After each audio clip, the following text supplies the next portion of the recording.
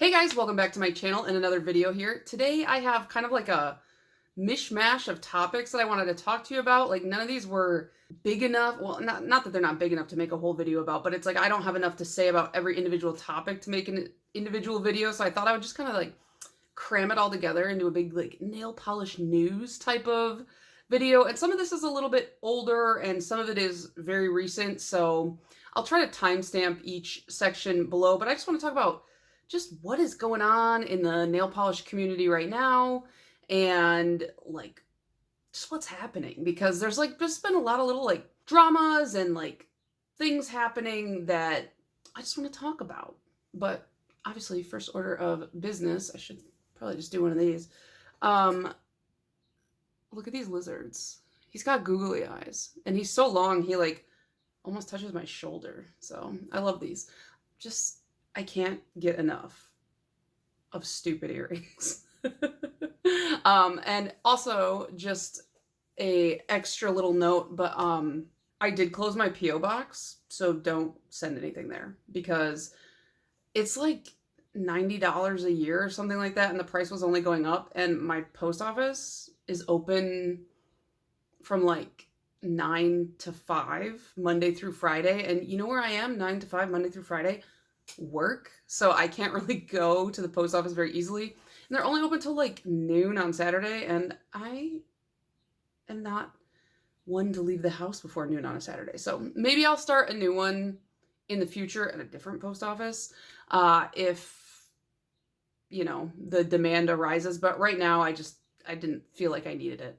So yeah, the first thing I wanted to talk about was the amount of brand closures that I've been seeing recently. And this is mostly like indie brands, or it's all indie brands, and it's understandable that so many brands were closing even before the tariffs kind of kicked in, and we'll talk about that later too. But even before the tariffs kicked in, running a small business is no easy feat. Not that I've ever done it, but I work for a large business, and the amount of people that goes into keeping those structures running, that's like, we have someone who operates sales, we have people who do all the importing, we have people who do all the outgoing money, and we have people who do all the incoming money, and then there's me who handles all like the day-to-day movement of inventory and stuff like that.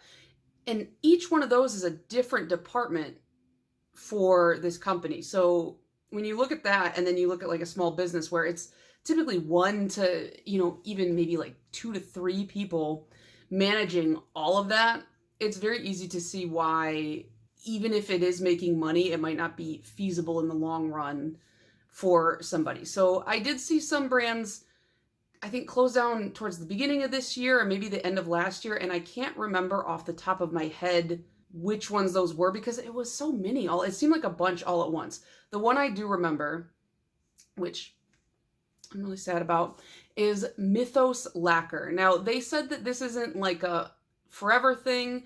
They may come back, but she said that her and her husband had hit some like financial hardships and just some stuff in life, and it just wasn't feasible for her to focus on the business right now. So they did close, and I'm sad because I have everything from them. I have every single polish from them. I got PR from them, and before I got PR from them, I had bought like one of the polishes that I didn't get in PR. So I have every single thing. I have all the cards that they made. And I really do hope that she can come back, because that was, out of all the up and coming indie brands that I've been seeing, that one was, I can easily say, my favorite. I just like the theming. It was kind of creepy. It was delving into like mythos, obviously, and folklore and things like that. And it was a really cool theme. So I was really sad to see them take a step back, and I do hope they come back. And then another brand that I saw just today on Reddit, I'm checking my notes on my phone, sorry. It was Triple O Polish, which I believe was a Black-owned nail brand. And they were one that I had always had on my list to try, and I just never did, and now I guess I won't be. But they are closing due to the impact of the tariffs on their business. So that is another casualty recently. And then yesterday when I had just gotten home and I was casually browsing my phone instead of getting out of my car and going inside, because who doesn't love to, existentialate in there? That's not a word, but you know what I mean. Just you sit in your car and you're like, do I go inside and do all the things I need to do? And Dimension Nails is closing, and they've been around for like 10 years. Dimension Nails is a vegan brand, and they base all of their polishes around like animals and things like that. And I had just seen one of their most recent drops. I was super tempted by, because they put like pictures of the bugs that the polishes are based on the polish, and I'll pop up some pictures here, but they're just so pretty. And I think they're just plain creams, but I have a handful from Dimension Nails. I even won like a giveaway from them. They are really, really good polishes. So if you want to get any Dimension Nails before they close, they will be closing on June 30th of this year. And like I said, I know there's been more, but it's just so many have been coming and going that I just can't even remember. So if you know of any other brands that are closing or have closed recently, throw them down in the comments, because I'd like to know, just because I like to know things. And then we have a few mainstream brands that they're not closed, but they've kind of been like MIA, I guess you could say.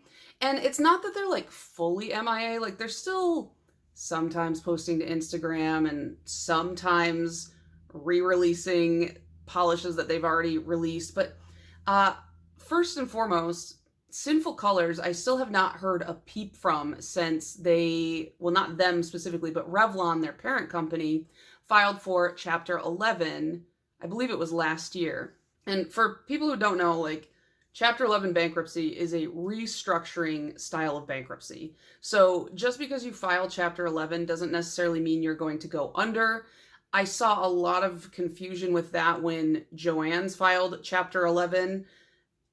Doesn't always mean that you're not going to go under, because obviously Joann Fabrics filed Chapter 11 twice in a really short period of time, and now they're all closing. Rip to Joann. Now I got to go to Michael's. No, I don't. I'll just order online. But Chapter 11 can be a good thing. It can help protect the longevity of the business if the restructuring is done right. But I haven't really heard anything from like the Revlon front, so I don't know if Sinful Colors just isn't a focus. It probably isn't, to be honest. The makeup is probably making them more money than the nail polish. But I really loved Sinful Colors because they had really cheap, affordable drugstore polishes, and they didn't shy away from doing funkier stuff. They did like those sneaker texture ones.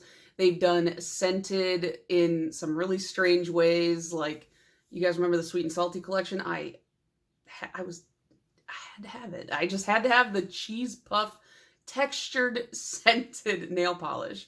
So I still haven't seen anything from that. When I Googled it, the last few posts I had seen about it were from last year. So I don't think anything new has developed there. And then I feel like this has been going on for quite a while, but Color Club has not really done much that I've seen.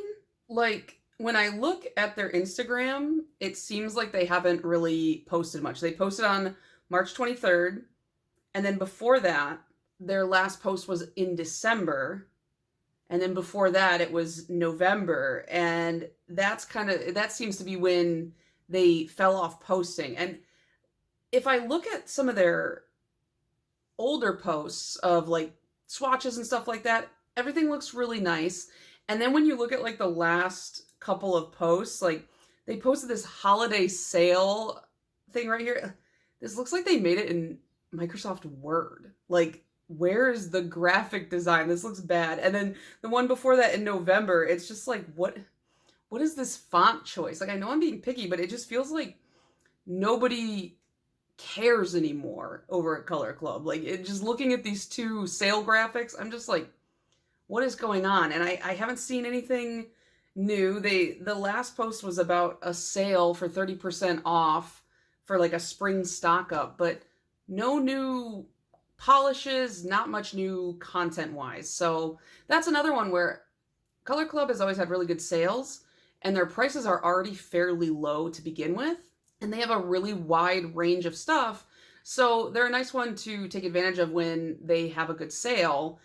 And now that they're really not releasing much of anything, I'm like, well, I've got everything I need from you guys. And then I really want to talk about China Glaze, who they were MIA and not at the same time, just like I guess some of these other ones. It was like last year they announced that maybe they didn't announce it. I feel like Janixa found out from them that they were not going to be releasing any new polishes through the end of the year. So we didn't get the Halloween collection, which is devastating for me because I look forward to the China Glaze Halloween collection every single year. And so we weren't getting any new collections. They weren't really talking about what was going on. And then let's see, I'm looking at their Instagram.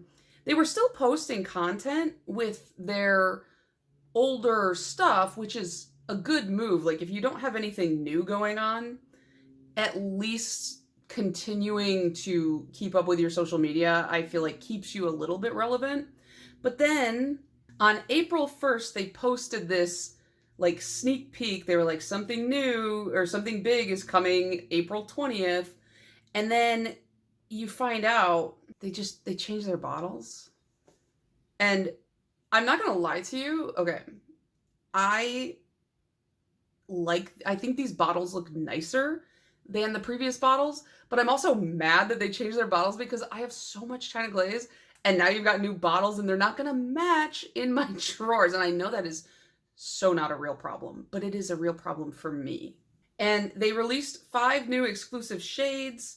And I think they're like Ulta exclusive, and they're boring. They're very like work friendly, very clean girl aesthetic kind of nail polishes, which there's nothing wrong with that, but it's like you guys have gone dark for like 8 months or something like that, and then you come back and you give us nothing and new bottles.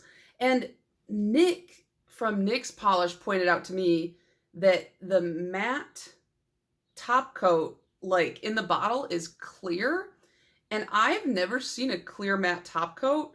I've only seen, they're like a little bit like chalky looking.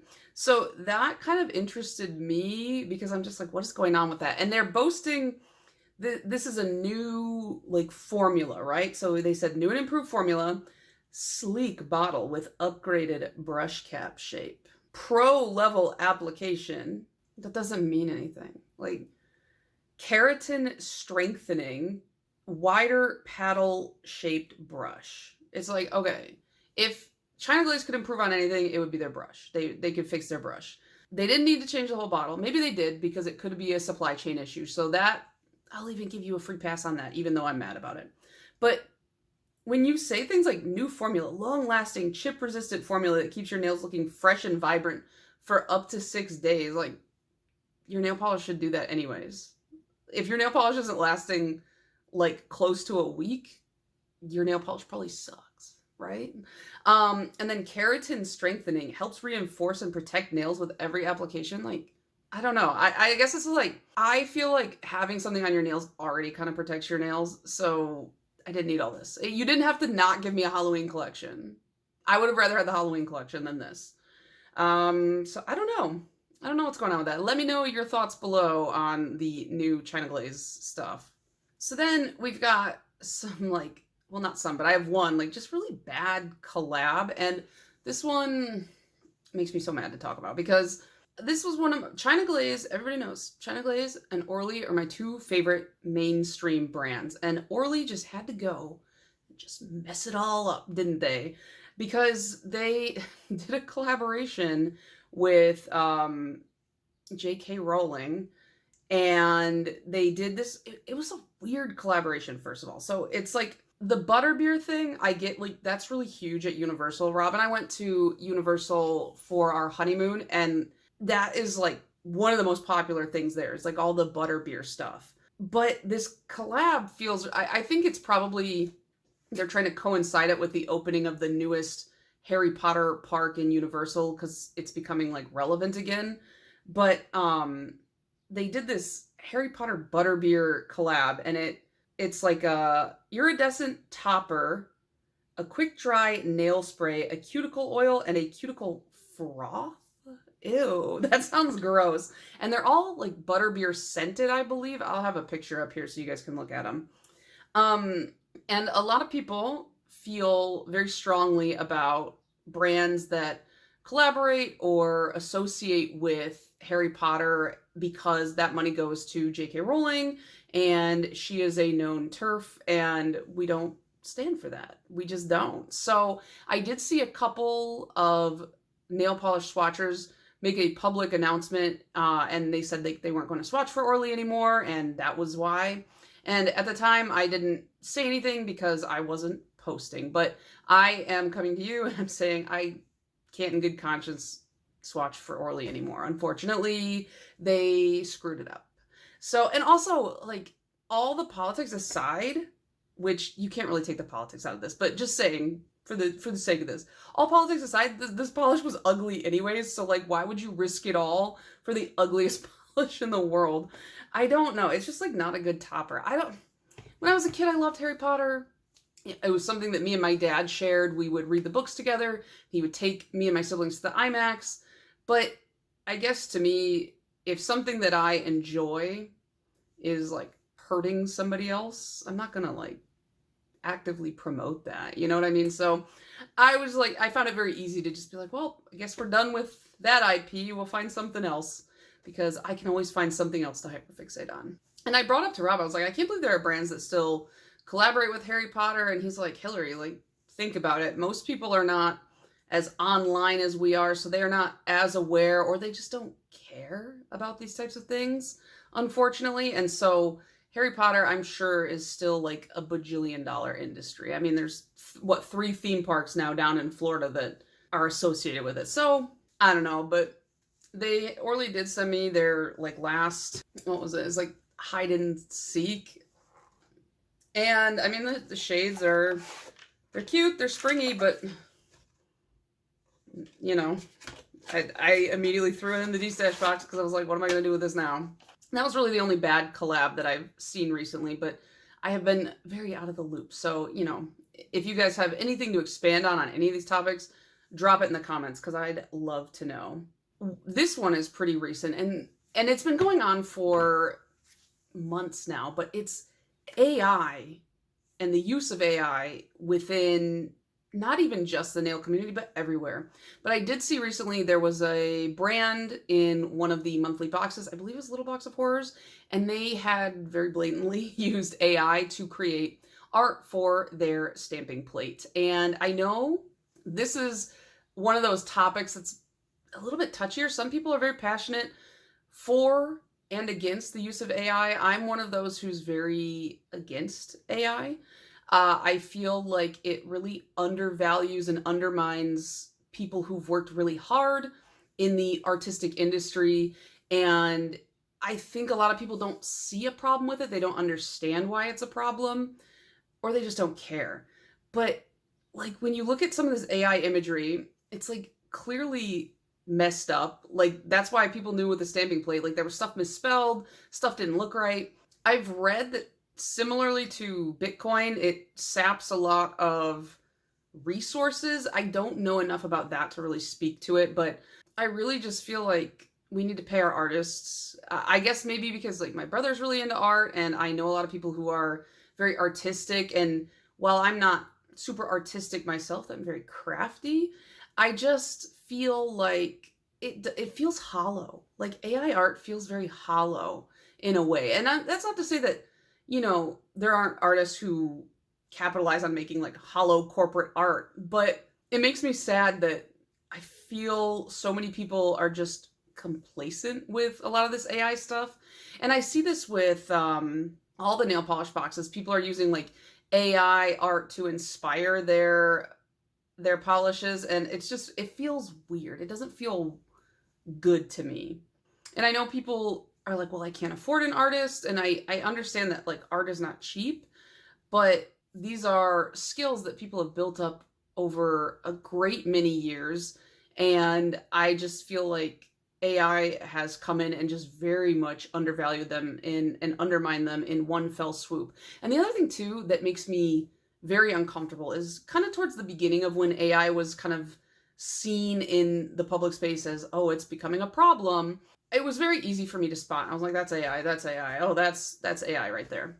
Now it's getting to the point where some of these AI technologies are so good and they're creating such realistic looking stuff that I'm struggling to determine, like, is that AI? Is that something somebody drew? And I feel uneasy, and it's only going to get more advanced from here. So I don't know. It's one of those like very uneasy. I feel like, like old man yells at cloud right now, but I'm just like, I don't want to be one of those people who just believes everything I see.